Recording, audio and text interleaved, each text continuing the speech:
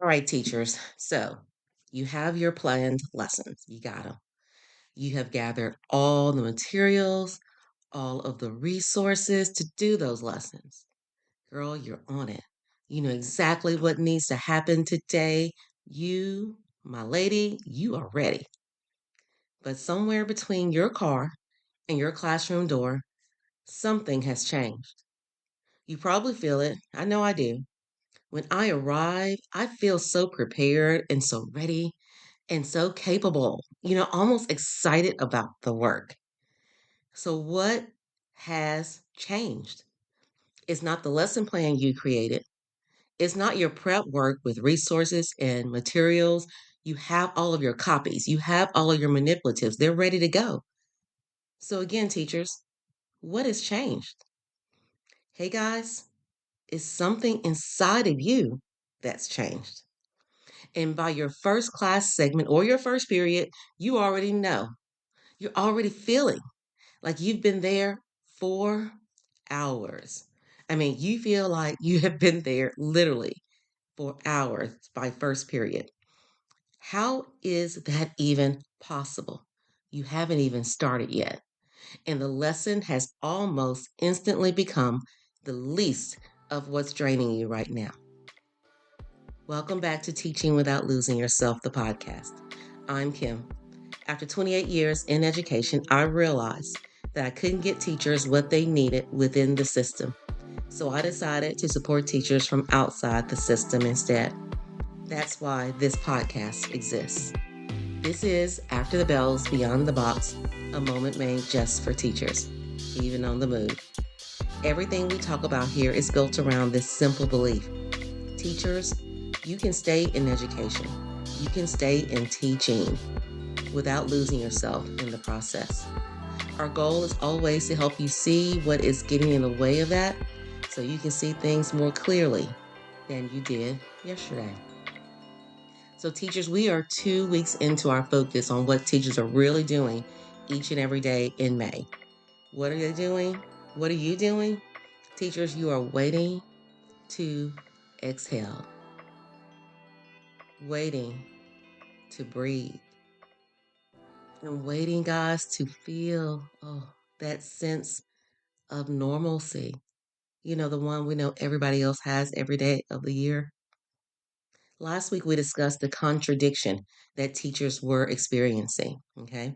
That contradiction is the way that May asks you to stay fully responsible while every single thing around you is saying that it's almost over.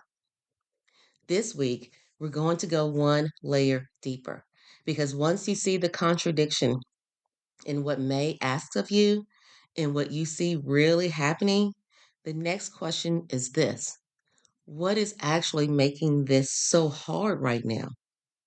What is it that is quietly draining you when nothing on your schedule has really changed? What is pulling at you that your lesson plans and all your pretty to do lists in pink and green that they can't even explain? I don't think the answer is really what you guys may expect it to be. So I want you to think about this, okay? We would all agree that August is a tough part of the year, but goodness, it is so different from May.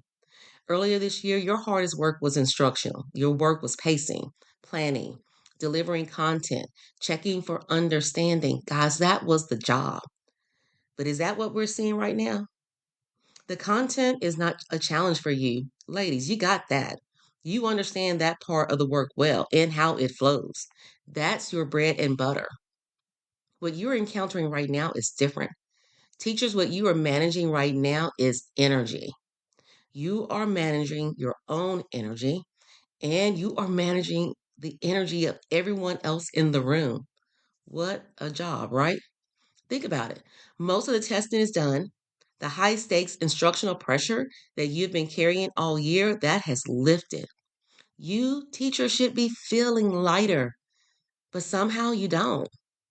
How in the world can that be? How can you be in a place where it actually feels harder than ever? Hey, teachers, guess what? The job just quietly changed on you with no warning. hmm Your job changed from instructionally focused in preparation for testing mode to something completely different. It changed quietly without any announcements. And guys, no one even handled you the way they needed to by giving you a new job description for your new job in May. You went from managing what gets taught to managing whether anyone, including yourself, has anything at all left to give in the month of May. And that is completely different kind of work. It takes a completely kind of energy that you are not familiar with. And it is truly exhausting in a way that even a really good, well planned, highly engaging lesson plan cannot fix. So, no, you didn't get worse at teaching. The job changed without you knowing it. So let's look at a few real moments from your day just to make this a bit clearer. You were sitting in a staff meeting. You know the ones that you have in May that everyone's so excited to go to. Yep. Someone is presenting something and you are sure it is really important. And you're sitting there trying your best just to stay present. And you're taking notes, right? You're nodding at the appropriate moments, with everybody else. But inside, you are somewhere else entirely. You're thinking about the stack of ungraded assignments on your desk and whether they will go in the gradebook or not. You're thinking about the email you haven't answered. What about that student? You're thinking about them and if you need to follow up with them. And oh my goodness, this is what you're thinking about the most. Literally from the moment you open your eyes, too, but definitely in that meeting.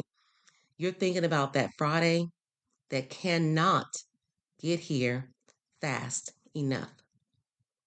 And then someone in the room who doesn't know how to read the room apparently asks for your input.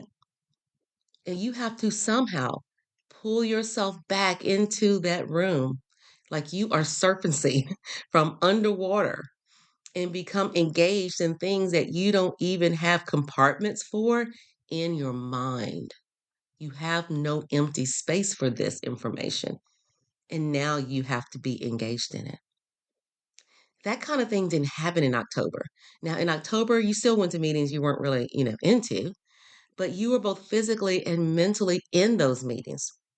Right now, you are only there in body. I mean, and that is nothing but the truth, just the body. You don't have the energy to devote to this meeting, not to the presenters, although they may be nice, they may be funny, they may be good, not to the collaboration opportunities, even though they may be things that may be interesting and that you could use. You don't have energy to devote to any of this. You just don't. Or what about a parent email? You know the one, that parent email. It's 4 p.m. and you're about to escape. And I use that word loosely. You are about to escape from your classroom space with dreams of being in your home dancing through your mind. A question from a parent comes in at 4 p.m. and it is not just any parent. It's that parent. Something that in September you would have answered that, like in 2 minutes, right? Clear answer, thorough, professional answer, even to that parent. But today, you had to read that sucker 3 times. You start typing, you delete it, you start again, not because you don't know the answer, but because you have nothing left to pull from, to put into that response. Teachers, you are empty. What used to take 2 minutes is now sitting in your drafts folder at 9 p.m. while you're at home, not looking in your draft folder, hopefully. And what about you with your students? You're literally watching them second by second, watching them check out and trying everything in your bag of tricks to bring them back. You are trying more movement, more student choice, more energy from you. You're trying that. You're literally on a stage trying to bring your uninterested audience to a level of high engagement. But here is the thing nobody says out loud. Teachers, you cannot keep pouring energy into a room from a place that is already running really low. You cannot keep pouring energy, teachers, into a room from a place, that's you, that is already running low. Teachers, you can't give what you don't have, no matter how hard you try. You just can't do it. And when it doesn't work, when the engagement still isn't there, a part of you wonders if you are losing your touch. You're not. You are just trying to pour from a place, you, that hasn't had a chance to refill yet during a time where every single person, every single one of them, knows that this is really over. So here's why this matters. Your students feel done. I don't mean that as a criticism of them. Guys, they are human beings. These children are human beings. Testing is over. Grades are done. They know they're done. They knew they were done when you said it was the last day to turn in an assignment, right? Grades are done. They figured that out when you gave them the final day to turn in missing assignments. I mean, remember that. They know that. It's not a trick, it's not a secret. It doesn't work. The school year in their heads ended sometime in late April. So, what you are walking into every day is a room full of people who don't fully understand why they are still there. And yep, I will say it, that room includes not only your students, but your coworkers, all of your parents. Guys, it includes your admin. Don't let their words fool you. They're ready to go too. It includes everybody. And the behaviors that come with that, the talking, the not paying attention, the bickering, the resistance and defiance, oh my God, at an all time high. And all of it makes complete sense when you know what's driving it. That is what happens when structure stays in place, but the sense of purpose, the why behind that structure has faded. Teachers, you're trying to hold the structure. The students have let go of the purpose. They'd have let go of the why for the structure that you're trying to hold. They know the glue that held all that together, they know it's gone. And you are the only ones required to hold it together and the only ones held accountable when it falls apart. Teachers, this is not a teaching problem. This is an energy problem. And no amount of better planning is going to change what May does to a room full of people who are all ready to be somewhere else. And here is what our monthly work on waiting to excel becomes different. Last week when we talked about the contradiction, being responsible when everything feels over, right?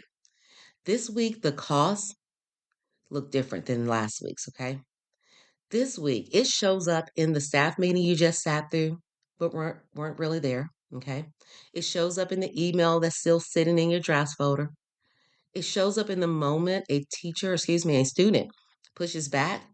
And instead of redirecting with your usual steadiness, you usually got this, you feel something sharp. Oh my goodness. Oh, this today. You feel something sharp rise up before you can catch it. That sharpness that you feel when that student pushes back, that's not you. It's not who you are. That is what happens when patience, that patience you've had all year, has been extended way past this time. That patience has been extended way past its capacity. That's where that sharpness is coming from. You've been on since August, and small things are requiring large amounts of the tiny, tiny, tiny bit you have left.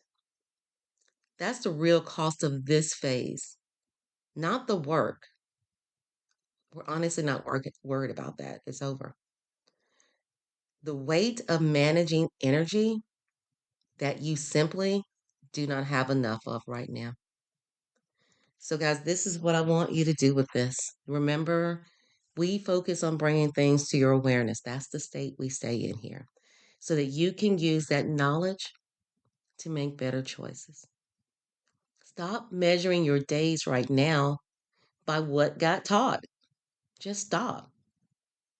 Start asking what actually needed your energy today and what got it anyway. Because right now you are spending energy in places that are not giving anything back. The meeting that only had your physical self, remember that one? Only the body was there? The email you rewrote 4 times to that parent, the engagement battle, this engagement fight with these students that you fought all alone. None of those require more effort from you. They just require you to recognize that you are in a different season of the job right now. It's just the natural flow of the work. This is the season you're in. In this season, teachers protecting your energy is part of doing your job well. It's vital. Not every moment requires the same level of you. Not every behavior is a signal that something is falling apart. Not every quiet room means you have lost them.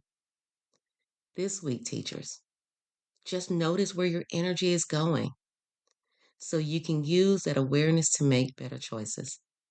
Because when you can see it clearly, you can stop spending what little you have. It's only a tiny bit.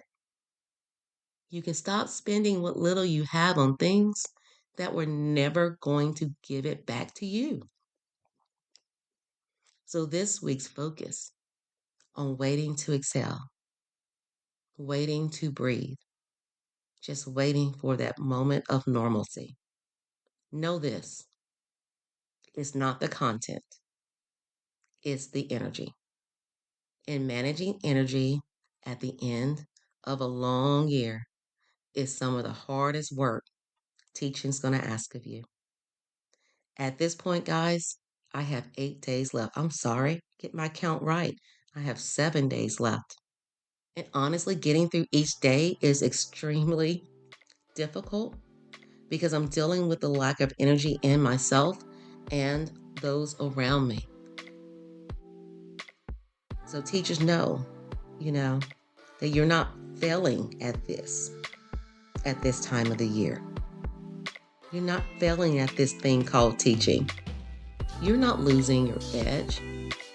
You are carrying something heavy in the hardest part of the year to be carrying anything at all, much less something heavy. Teachers, we're going to keep looking at this slowly, waiting to exhale one layer at a time, because you deserve to get to the end of this year with something still left in you. As always, we're doing this together, one layer at a time. Until next time, give yourself the same care you give everyone else.